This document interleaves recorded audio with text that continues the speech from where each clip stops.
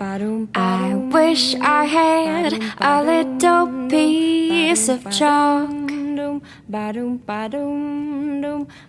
so I could show you everywhere I walk. I wish I had a little piece of clay so I could show you what I did today. My name is Melanie. I live in Fairfield Subdivision here in Cypress, Texas. Today is March 3rd, 2017. We work for the nonprofit exchange organization CCI Greenheart. We've been hosting students for the last 6 years, and we have found it to just be a huge part of our lives. I don't think it's something we're ever going to stop doing. I got started because when I was 15, my family hosted an exchange student that came and stayed with us for a summer from France. And even though she was a couple of years older than me, it really had an impact. And I don't think I realized just how strong of an impact it had until I was a lot older and had kids of my own. But when our kids were, I want to say they were almost 2, I had seen an email come across that they were looking for a host family for a summer student that was only coming for about 3 weeks. And I brought it up to my husband, and we have twins. So I brought it up to my husband, and he was like, "Are you crazy? Like, we have 2-year-old twins at home. You have enough on your plate. You really want to bring a strange teenager into our house to stay with us?" And I'm like, "Yep, I kind of do." And he was like, "Okay, so tell me more about it." So we talked about the program. We talked about what our responsibilities would be, what it would mean for the students coming. And he said, "Okay, but this is the thing. If I hate it, we're never doing it again." Fair enough. Okay, I could do that. So we did it. We agreed to host. We had our orientation, and we picked her up at the airport. And the first day was a little awkward. I mean, you don't know each other. And on the summer program, you don't really get the opportunity to speak to them very much before they arrive. So we got to know each other, and we had the greatest, most fun 3 weeks, husband included. So we decided we were going to host again the next summer, and we hosted a girl for 4 weeks, and then the organization contacted us and said, "We've got another girl. She's only coming for 2 weeks. Can you do it? She'll be here, the month after this one was leaving." So we said, "Okay, we'll do it."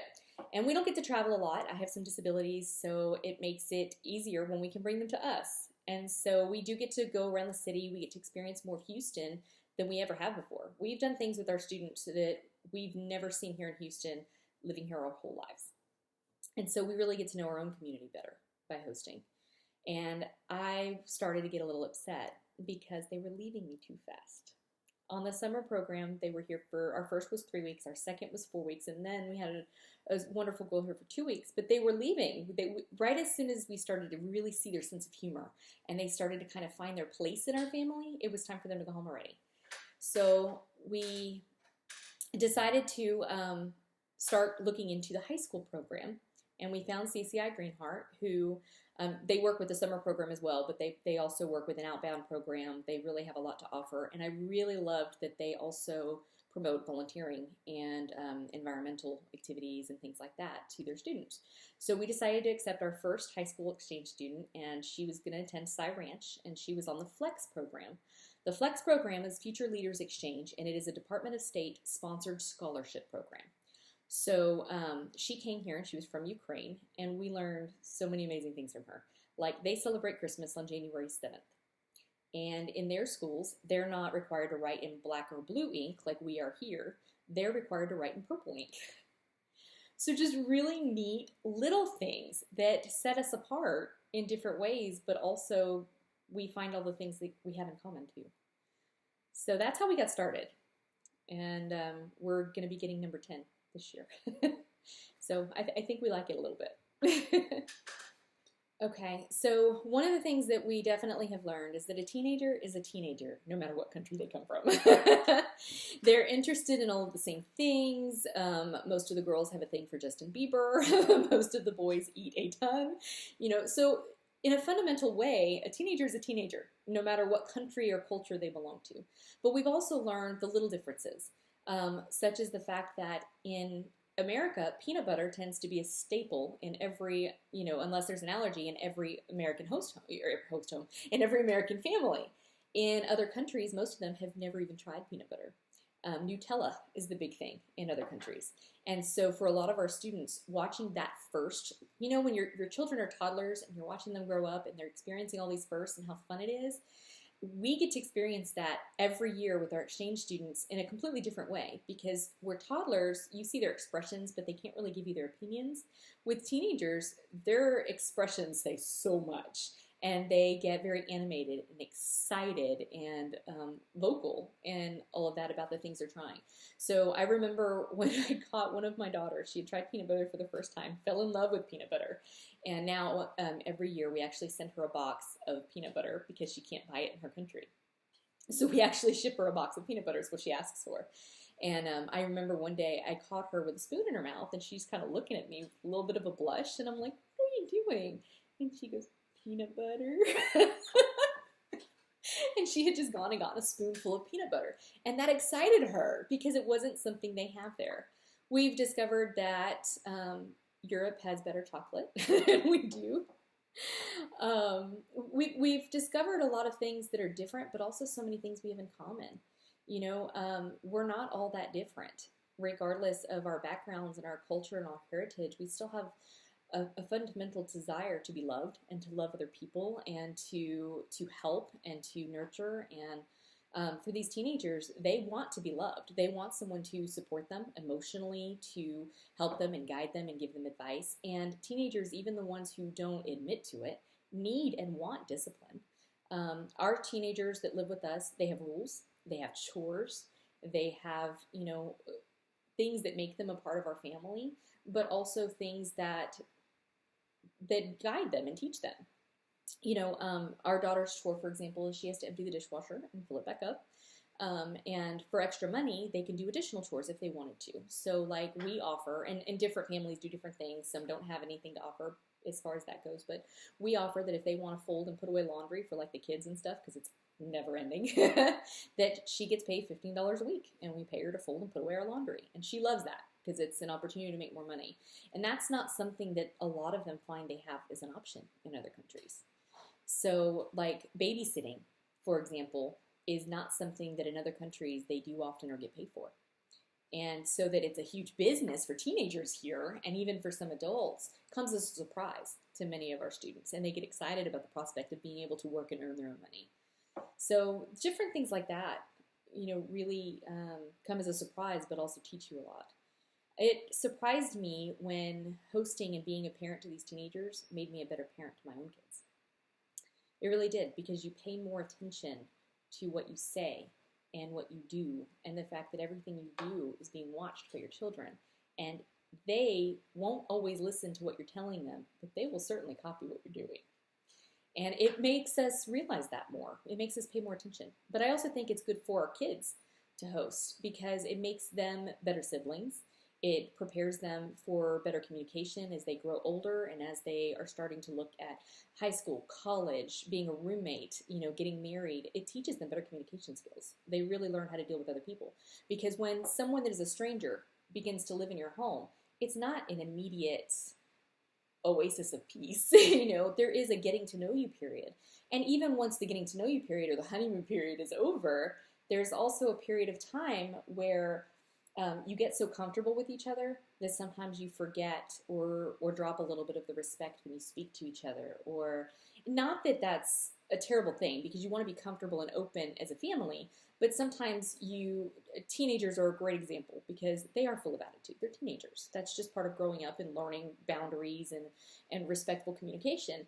And so if you ask a teenager to do something and they don't want to do it, a teenager is a teenager, no matter what country they come from. And sometimes they might roll their eyes, or they might go, oh, I have to empty the dishwasher. That's normal behavior for a teenager. And so I think that it's really good when they're not always feeling it, or they've never had to empty dishwashers before. They're learning independence. They're learning how to grow and take care of things on their own. For our kids, they're watching that growth. They're watching that they're not always going to enjoy every moment, and they're also watching when they don't agree with something or they don't get along with something that their new sibling is doing. They're learning how to handle that in appropriate ways rather than they might be doing with each other, which is fighting or wrestling. So we strongly discourage dating, mainly because that's not the reason they're here. They're here to build relationships with their families, number one. Their families, number one. They're here to get an academic education, not so much academic, because a lot of the students that come here actually find some of our schooling, it's different. So there's parts of it they like and parts of it that they don't. Some of the things they really enjoy about our school system is the ability to choose electives. In other countries, that's not something they're often given the option to do. Here, they have so many choices between culinary classes, fashion design, sports of every kind. They can choose to do photography, journalism, art classes. We have a lot of electives and choices here that they do not have in their countries. And that's pretty typical across a great number of countries. And so they really enjoy that. Now, the students that come here, probably a good 80% of them do not get any credit for the year they do here academically. They have to go back home and repeat the year they just missed before they can move on in their own high school education. So for some of them, they will choose to focus their time and energy on the electives, on the things that they really want to learn and expand and try new things. Some of them will try sports they've never played before. Some of them will just really focus on family and making friends and the relationships they have. They're all required to pass. And so they have to pass their classes. We want to keep them in good standing in schools, of course, and that is definitely a requirement of the program. But this is really an English immersion program. They increase their fluency and their communication skills by using it. So for anybody who's taken foreign language, you know that you're learning very textbook speak, and you don't have necessarily a lot of opportunities to practice it conversationally. So that means that when they arrive, their vocabulary may be more limited, or their accent very strong, or they don't communicate as easily, and they're more unsure of it. We always tell them when they start to dream in English, we know they've reached a level of fluency. And they do. They all reach that point. And we've had students that have arrived and they've struggled a little bit with their English or understanding in school. But once they really get into using the language on a regular basis and they adapt and adjust into their family, they begin to use it more easily. And they begin to expand that vocabulary, which really by the time they go home, they're fluent in English. But they have to have a standard high enough when they arrive. Their proficiency level has to be high enough that they can pass in an American high school. So that is a requirement, and they are all tested on their English ability. As far as whether the students get to date or not, we don't recommend it because that's not why they're here. But it is also up to their host families. And if they find a girl or a boy that they would like to pursue a bigger friendship with, then it is certainly not disallowed. It is just encouraged that they remember that they're going to be leaving and that they don't develop that type of romantic relationship to the point where it creates drama, because you don't want that for your families. You don't want that for yourself. You don't want that for your students. You just don't want that type, because it does bring a lot of high emotion. And so we avoid that. And certain things like sex, drinking, all of those things are completely disallowed on the program. And when they develop certain romantic relationships, they are teenagers, and that is something that becomes a potential concern. So it is discouraged, but not completely disallowed, depending on the situation and circumstance. As far as social activities, our students really get involved and try so many new and different things. They make American friends while they're here, but in order to help them when they first arrive, they don't have any friends because they don't know anyone yet. And so some families who are talking to their students several months before they arrive can introduce them to certain teenagers they may know that are in the community, so they get to start talking to them kind of pen pal style before they ever arrive. And then also, when they first arrive, we have a student orientation meeting, and that is where all of the students in our program get together and we go over rules and guidelines and appropriate behavior and school dress code and different things that they are allowed to do. We talk about communication skills, what to do in certain situations if they're struggling, if they're having a problem with their host family, if they have a problem with the school or a teacher or class. We discuss tools that they can use during their exchange stay here so that they know how to handle those situations. And then they become friends. We really, for us, the student orientation requirement by Department of State is not for a long meeting. But for us, we find it more beneficial to really give them the tools and the communication skills to have a more successful year when we really do a lot of team building exercises, and we make them do and play and even be bored a little bit together. Because when you're sitting in a meeting, there are moments that are boring.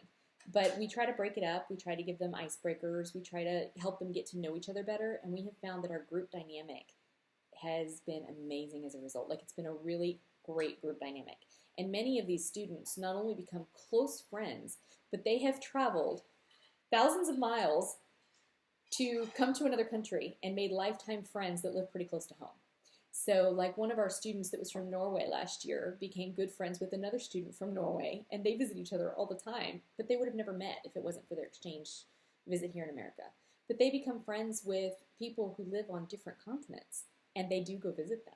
We get to hear wonderful stories all the time about return visits and friends seeing friends, and so they do. They make friends, American friends in their high school. They make family with cousins and extended family, and they make friends with the other exchange students that are in their group and in their schools. For the program, we are required to perform a host family orientation before students ever arrive on the program. So the students have been talking to their families, and the placements are approved, and the school has approved for them to come. And the host families are kind of like, okay, but what happens in this situation? And what do we do in this case? And what about prom or driving or insurance or if they get sick? There's always questions. And we answer a lot of those before they agree to host. But an orientation is always a great way to kind of lay out a lot of different situations they may face and how to handle them. And also a recommendation for rules and guidelines within their host families, because it's really important to set clear expectations from day number one.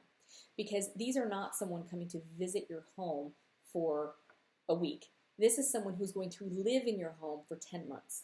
So what we tell people is, don't start anything at the beginning of the year that you don't want to continue throughout the entire year, because you don't want to treat them like a guest. You want to treat them like a member of your family living in your household. Because if you start making them breakfast every morning like you might for a guest that's there for a week, that's going to get very tired after you've been making it for 8 weeks. You want them to have independence, to make their own breakfast, and you want to set guidelines and expectations for that so they don't expect breakfast every morning. If you do that for the whole first week and then they come out that next morning and they're wondering where breakfast is, it's a harder transition to have to change it. So it's really great when you can make those things the special treat rather than the expected norm. And so we set those types of expectations at our host family orientation. We give them guidance and help on how to set their host family rules, and not what everything that works in my family may not work for someone else's family. So we help them figure out what will work in your family and what's going to be the best options and rules to give them. And we help them set up a guidebook for their student when they arrive that they can go over with them on those expectations. Once the students arrive, they have their own student orientation. And we purposely do them so that there are no students at the host family orientation and there are no host parents at the student orientation. We do this so that they have an open forum to be able to ask questions, because students might feel uncomfortable asking a question of, well, what if I'm not liking my host brother in front of their host family? So things like that. We want them to have open communication with us and be able to get answers to their questions and be able to use the tools we're giving them. So the student orientation, we usually start off with some icebreaker games, and they all get to kind of chat a little bit, know their names, because many of them have never met each other before. And then as we move forward, we go over different vocabulary they may hear in school, like freshman, sophomore, junior, senior. Those are terms we all know easily here, but for them, they've never heard those terms before, and they don't know that sophomore means 10th grade. So we educate them on certain common words and things that they'll need to know. We talk to them about the rules. We talk to them about obeying their family's rules and how important that is. We talk to them about how the whole experience is based on their attitude, and that attitude and happiness is a choice, and that if they don't make a choice, they're going to experience homesickness. They're going to. They've just left everyone and everybody and everything that they know to experience something completely new. And while that's exciting when they first arrive, there comes a point in time where they really start to miss home. That's just normal. We would do it. We would miss home. And so we give them the tools to help deal with that homesickness without just retreating away from their host families. And, because that can cause communication struggles, that can cause, potential challenges for the host family and also for the students. So we teach them how to be able to keep their communication open and how to be able to handle things like homesickness and struggles with school or classes or other students and their host families. All of our students arrive in August before the school year starts, all of the ones that are on the high school program. They all arrive in August at some point. Now, some may arrive earlier in the month and some may arrive later in the month. We try to have all of them arrive in time for registration week, but depending on if they have orientations or if they have language camps, which some of them attend, and things like that before they get here does depend on their arrival date. Also, the host family, if they've been traveling and things like that in the month of August, they may not be able to have them arrive during registration week, and so we may have to delay the arrival a little bit. But all students will arrive before school starts. Department of State actually requires that they all arrive before September 1st for the program. So when the students are arriving and the families are picking them up, some of them will get to know their families a little bit better before that student orientation meeting, and some of them will end up at the student orientation meeting within just a day or two of arrival. So it does really just kind of depend on the individual student and their specific situation. The student orientation is the first meeting that we have, and it basically is the one that introduces them to each other, introduces them to the program, what we expect of them, the grades, the rules, that type of thing, and the tools to begin here. Then we have another meeting in February, and that meeting is called the mid-year meeting, and that is where we get them all together again, and we check in and we see how things are going. We do some activities together. This is the point where we say we're halfway through the year. I can't believe it's already this, it's always surreal when we get to that point because nobody expects it to pass that quickly. Like, we've been doing this for 6 years and are on 9 students, and that is surreal because we remember our last student just like it was yesterday. But it's a lot like our then 2-year-olds when we first started are now 7 and as tall as me almost. So it really is very surreal. And for them, they can't believe how fast the time has passed. And they still have goals and things they want to accomplish while they're here, and they're realizing time is going quickly. And so we help them to kind of sort those out, to write down their goals, decide the things that they still want to accomplish while they're here. We ask them questions about some of the most surprising things that they've learned here. We go into a more in-depth communication. Now that they've been here and they've learned a lot of things about American culture, they've also learned things that they don't like about it and things that they really do like about it. And so we talk about those things, and we talk about understanding, and we talk about kindness and communication and mind growth, the growth mindset versus the fixed mindset, and having accountability. And we talk about a lot of those things. So we really kind of turn it into a workshop that gives them additional tools, not just that we hope that they can use now here, but also that we hope they can use later as they go back home and as they get into colleges. And our first high school student is currently in law school, and we cannot be more proud of the young lady she is, even though we're responsible for a tiny part of it.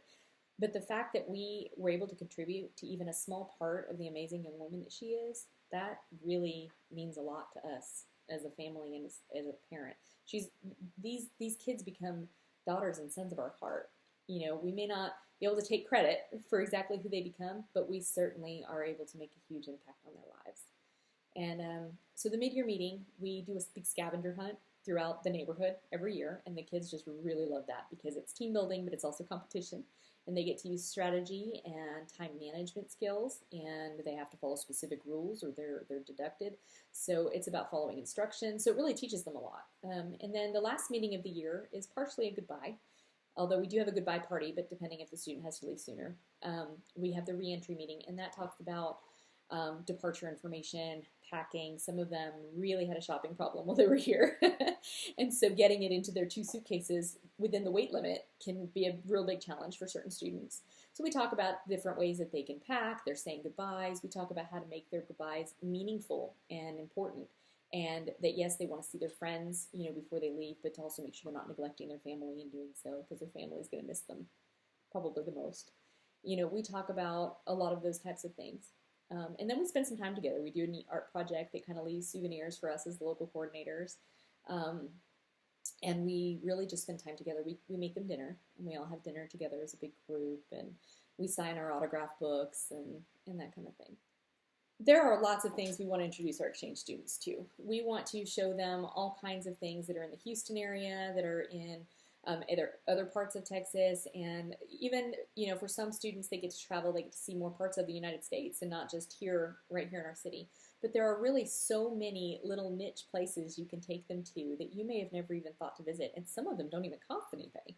So we like to take our students to the waterfall at I think it's Williams Tower, unless they changed the name again. We like to take our students to the Williams Tower waterfall and have a picnic out there. And they really just think that that's a neat thing. And we get really cute pictures out of it. And that's something that we really like to do. And of course, the Galleria is right there. So we usually do it as a trip in the same day. And that's something that's just so easy to do as a family. And it's not something I'd ever seen before we started hosting exchange students. There's been different things. We did a trip to San Antonio and have taken students to the Alamo and all those things. But there's actually a Japanese tea garden that's there that is beautiful scenery, and we'd never been there before either. We literally just Googled for something inexpensive to do because we had a large, group with us because we had allowed them to bring a friend and, that type of thing. We didn't want to spend a lot of money, so we Googled, and it was completely free, but it was beautiful, and we were able to kill 3 hours there in the Japanese tea garden in San Antonio. So there's so many different things you can take them to do, and a lot of it doesn't even cost anything. The student pays for themselves for anything that you do that's outside of just food, unless you choose to pay for them, and that's something that's up to each individual host family. But there's also so many things that they can experience and do with you that don't end up costing anybody anything. You will end up spending a little bit more money as a family when you have an exchange student, but not because they are costing you more money, but because you're choosing to do more things. So that's where we've seen the biggest expense to hosting a family. But that's a choice, and it kind of depends on how we're doing each year on the activities that we do. We've taken students on cruises. We've gone to New Hampshire and visited my dad. Some students have been able to leave the country. We've got one from Czech Republic that's in the neighborhood right now that's going to be going to Canada for spring break. So a lot of them get to really do a whole lot of traveling. But for those families that can't, we've only done that twice. The other students haven't done a lot of traveling. We're kind of homebodies that tend to stick close to home. But I don't feel like they're getting less of an experience. They're just getting a different one. On the program, it is not allowed to proselytize or try to convert a student, and they come from many different backgrounds and religions. So some of our students are Buddhists, some have never heard or participated in any kind of religion at all. Some are Christian, some are Catholic, some are Protestant and non-denominational. We've had students that are Muslim, we've had students that are from lots of different backgrounds. And so it's important for families to know that when their student is arriving, they do need to know what their religious background is and if they're okay with that in their family. So any family with any religion can host a student of any other religion. That's not a problem at all. And we've hosted students in our home that had no religion. We've hosted students that were Buddhist, and our own family is Christian. So what we learn is to respect other people's beliefs and values, and we learn a lot about what other people do think about the world and life and creation and death and all that, and they become very interesting conversations. And as long as it's all about respect, then you're doing well. For church, it's important for a lot of families that their student attend church with them, not because they want to convert them, but because their own children are going to church. It's something that they do as a family, and it's something they don't want to leave their student out of, or they don't want to tell their own 15-year-old, you have to go, but they get to stay home. And that's not, we don't want families to be in that position either. So our rules are actually that you cannot proselytize, you cannot try to convert a student, and you cannot force them to attend services. However, a student can be told that as a family, we go to church and they have to go to the church building, because that is a place, not a religion. And at the church, they have options. They can go to service with their family if they choose to. And if they don't want to, then they are more than welcome to volunteer. There's tons of volunteer opportunities in churches, and they are actually required on our program a certain number of volunteer hours per year anyway. So each of our students is required to do a minimum of 8 hours volunteer time per the school year. We encourage a lot more hours than that. And like my own daughter right now is over 25. One of our students is already over 40 hours for the school year, and I've had as many as 125 hours done by one student in a year. So they really have great opportunities through the church to volunteer. And my daughter, even though she doesn't have religion, she loves going to the nursery school and helping with the babies and the kids, and she gets volunteer time for doing that. So that's a really great opportunity for them if they don't choose to go to services at church with their family, while still getting up in the morning, getting dressed, and going with their family as a family member. So that is when we do it. But if they don't want to do that either, and volunteering is not their thing, they're more than welcome to read a book or study and do homework or something in the lobby of the church. That's also an option. But for families where it's important that their student go to the church building and participate as a member of the family, that's how we do it. Also, for our students that are maybe unsure of going to church or worried about that somebody might try to convert them, or it's not really something that they're interested in doing, we encourage them to look at it as a research into American religions, because there are a lot of different religions in American culture, and they're here to learn about American culture. And so we show them, you don't have to look at it as somebody trying to convert you to their religion, but instead think of it as just research into American religions in general. And if that's something that interests you, you're welcome to go with different host families, because a lot of students will be welcome to invite a friend, or to participate. So some students get to experience many different churches while they're here. They can check out the Catholic Church, the Mormon Church, the non-denominational church, the Baptist and the Lutheran, and we really have just a huge amount of different opportunities here to understand what it is that average Americans believe. And there is a lot of difference in that belief, but a lot of things in common too. So for us, we learn more from our students than we could ever hope to teach them, and that came as a big surprise. It's not something that we expected because they're teenagers. They're teenagers coming to live with you, and who expects them to teach you? You're a parent. You're expecting to be able to teach them something and share your culture with them. But they also share so much with us because it's really easy to get closed off and to just think of what's happening in our own little back door, in our own small little community, when we really can think of the whole planet as our own community. We just don't. We've got so much separation. Regardless, forget politics and forget even religion and forget all of those things. There are fundamental things as humans that we have in common. We are human beings, and we should love and have compassion for each other just because of that reason alone. And there's so much to learn from each other. We teach them life skills, and they teach us more heart skills. For some of them, we have to teach them heart skills. We've had students that arrive that are not typically compassionate personalities. That's not the way they were raised. And we've had students that have never said thank you or you're welcome in their life, not because they are not thankful, not because they aren't happy to do something for you, but because nobody ever taught them to. The whole program is like a bridge connecting people all over the world. Students that come on the CCI Green Heart program, they come from all walks of life. Some of our students end up getting grants to be able to come on the program. One of our students that was from Germany, she was actually born and raised in Germany, but she was Vietnamese in heritage and background, so her family was from Vietnam. And for her, her high school paid for a portion of her program to come here, and her family didn't necessarily have excess money. Her sister helped out a lot so that she would have spending money while on the program and would be able to do this. We've had a lot of situations that were like that, where they didn't come from a background of money, but it was important for them, and their family really worked hard to make it possible. And the program's not cheap. We are a nonprofit organization, but the partner organizations in their countries are not all nonprofit. And so the price to come here is not inexpensive. So some of them are able to get grants. Some of them are able to just work really hard. Some of them take on jobs so they can pay for part of the program themselves. And some of them have backgrounds where their family is able to afford to just send them on the program. We also get students on the Flex and the Yes program, which are the grant programs sponsored by Department of State. And those particular programs, they are literally scholarship programs. The majority of them do not have money. They did not pay anything to come on the program, and the government actually sends them $125 a month for spending money. The Flex students all come from predominantly former Soviet Union countries. The Yes program all come from predominantly Muslim religion countries. So it just depends on their background, and those two particular programs come from, that's what their purpose is to build leaders and to help with understanding between different parts of the country. So we place students in the community by finding a host family that is willing to host them and then bringing them to the U.S. Students are not allowed to arrive until they have a host family and a school that was willing to accept them and has already signed permissions. They're only allowed to be here for 10 months. Their visa is only issued for that length of time. And when the program is over, they're supposed to leave within 7 to 10 days of school ending.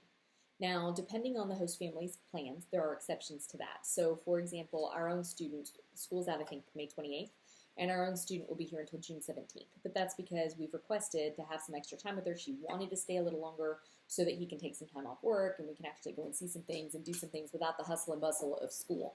So, and there are families that want to travel or, so some students can stay a little longer. But in general, the guideline is for them to depart within 7 to 10 days of school ending, and they arrive within 7 to 10 days of school starting. If they want to come back, it is an option, but they have to come back on an F1 visa. Their current program is a J1 visa. So it is a different type of visa, and the F1 visa is a private school placement program. It is different, so they pay tuition. Now, all host families that are hosting on the J1 visa or high school program, they are volunteer host families. They do not and cannot get paid. The reason is they want to make sure that host families are doing it for the right reason, that they're not doing it for the money, in which case students may be placed in a situation that is not good or healthy. And so that's one of our requirements. All families are volunteer, they are not paid. And host families come in all sizes and shapes too. They come, we have single parents, we have empty nesters that don't have any kids at home, they've all gone off to college or moved out. We've had parents that have been unable to have children of their own. We have parents that have young children. We have families that have all teenagers. All of our families have come in all shapes and sizes, and it can be made to work in regardless of what their individual situations are. Just like every student is different, so is every family. And with the 9 students that we've hosted, I can tell you that while they may have a few things in common, depending on which ones we're talking about, they have different strengths and weaknesses and completely different personalities and likes and dislikes. They're completely different. They're like any family who has 5 children would never say that any one of their 5 children is exactly like the other. It's not any different with our exchange students. They're all so different. And we've had repeat host families that have told us that they were worried about hosting again because their experience was so great and how can it possibly get better? But it's not about getting better. It's different. Everyone is different, and we have had different challenges with each student, but also different rewards. So what's really neat about picking your student earlier on in the year is that you get to talk with them for a long time before they ever arrived. We've done it both ways. So we've had students that we haven't had the opportunity to speak to before they arrived because we accepted them late in the placement season. When I say placement season, I mean the school year and the season where we work to find their host family. And so we've had students where we've gotten them and learned about them in August, and so there wasn't time to really speak to them much before they arrived. And so we go to the airport and we get to pick them up, and we're excited but also nervous because we really don't know anything about them, and we're imagining just how nervous they must be. They don't know anything about us except for what the application on paper told them. And so we've had students where we meet them late, in their coming, and then we've also picked students very early. With our student this year, we started talking to her. We learned about her in early December. By the time everything went through and all the paperwork was done, we started talking to her in New Year's, I think, because the holidays kind of delayed some things getting through. And we started talking to her in January. So we literally had 8 months to speak to her. So if a family is interested in hosting, we always tell them to ask questions, lots of questions, because it's a big commitment. So there's never any pressure. We just want to make sure that they know everything there is to know about the program and then talk it over with their family and see if it's something that they can do. Opening your hearts and your home is something that is wonderful, but it's also a huge commitment. So we don't want a family to host if they're not committed to doing it, because that creates bigger challenges and potential problems. We want a host family to have truly opened up their heart and want to be opening up their home. So we answer all of their questions and help them with anything that they may be thinking of that could be a potential challenge for them hosting. And then once they say, you know what, we want to do this, we're ready, what do we do? So there's a background check. They have to do a criminal background check. And they put it in their application. The application can take about an hour to complete. You can imagine that you would want some information on a family if your student, or if your child were going to go and stay with another family for a year, you'd want some information about them. So our application takes maybe about an hour to complete, but that is including entering the reference information, entering the background check information, and also taking photos and putting them of your home. So you have to have a photo by Department of State requirements of the front of your home, the back of your home, the student's bedroom and bathroom, the kitchen, and the main living area. So we upload those. Then you get the opportunity to upload family picture and to talk about your family, tell them a little bit about you, talk about the school.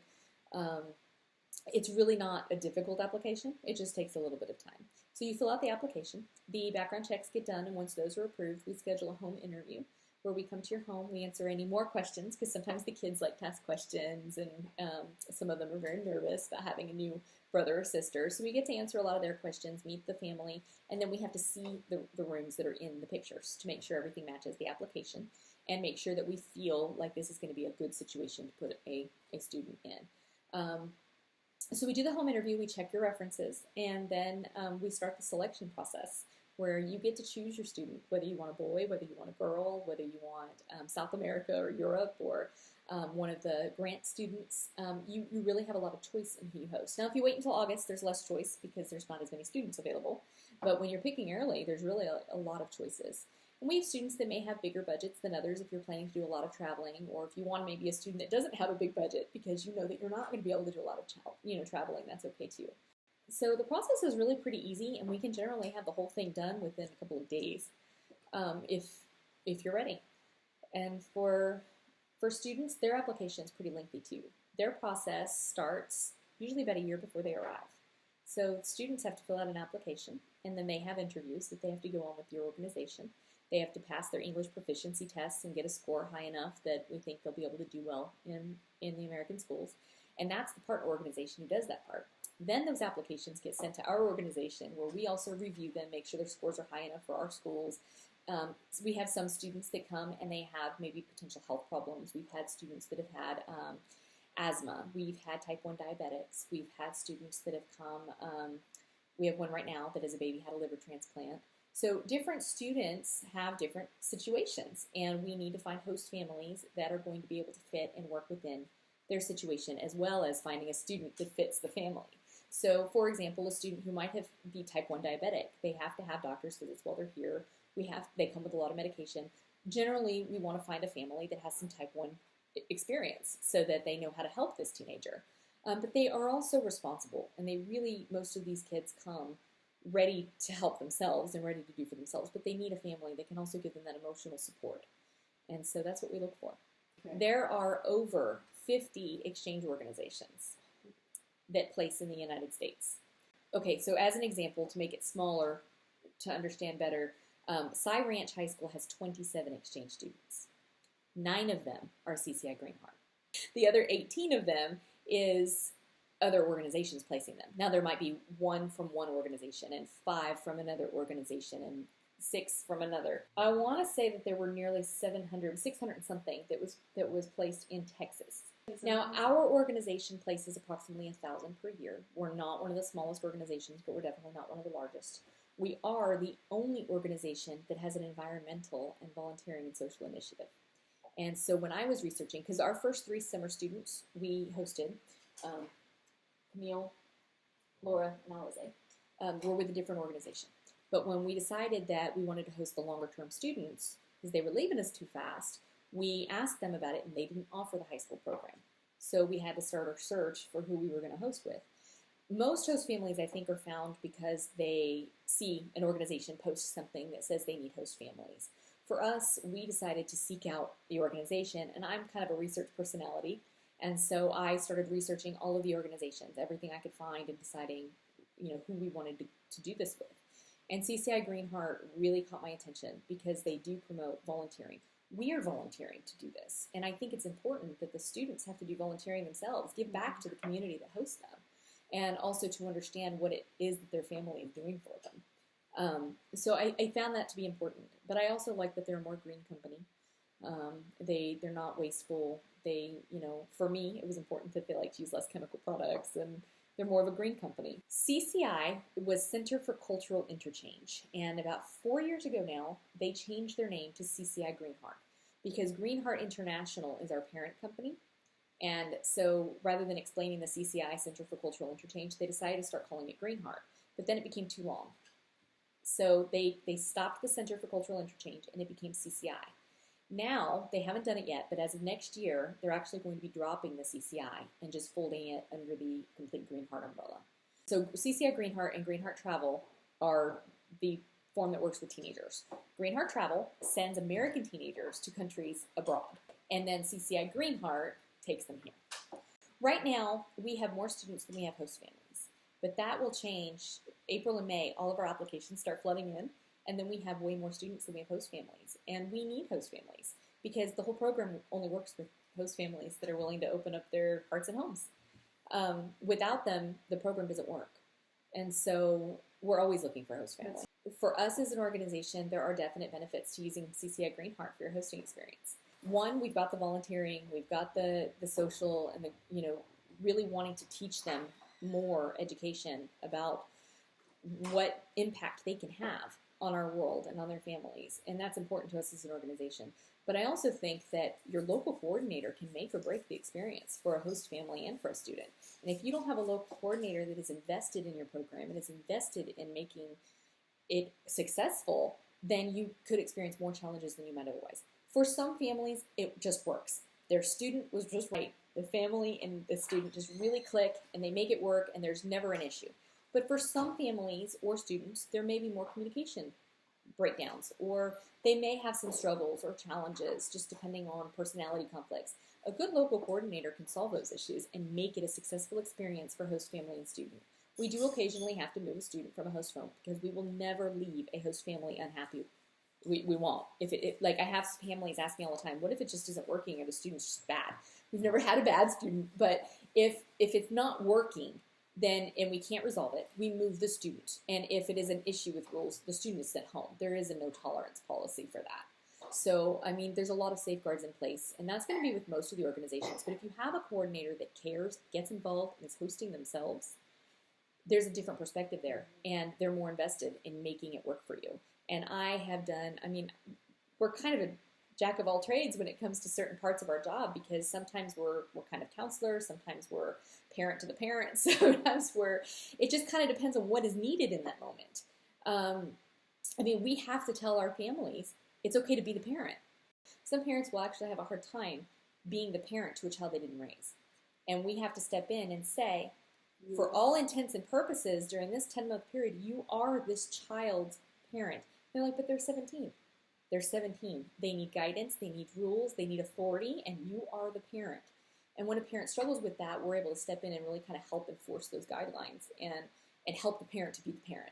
They're teenagers. If you tell them that they're not allowed to text on their phone or be on their phone all the time, are you going to turn around and find them on their phone? You are. They're teenagers. You have to be the parent that looks at them and says, put the phone up.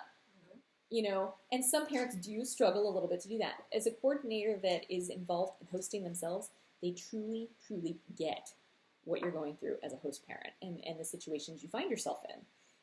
And so I think that's important. I think that our group works really, really hard to go above and beyond the basic requirements of being a local coordinator. Because the basic requirements, we only have to talk to you once a month.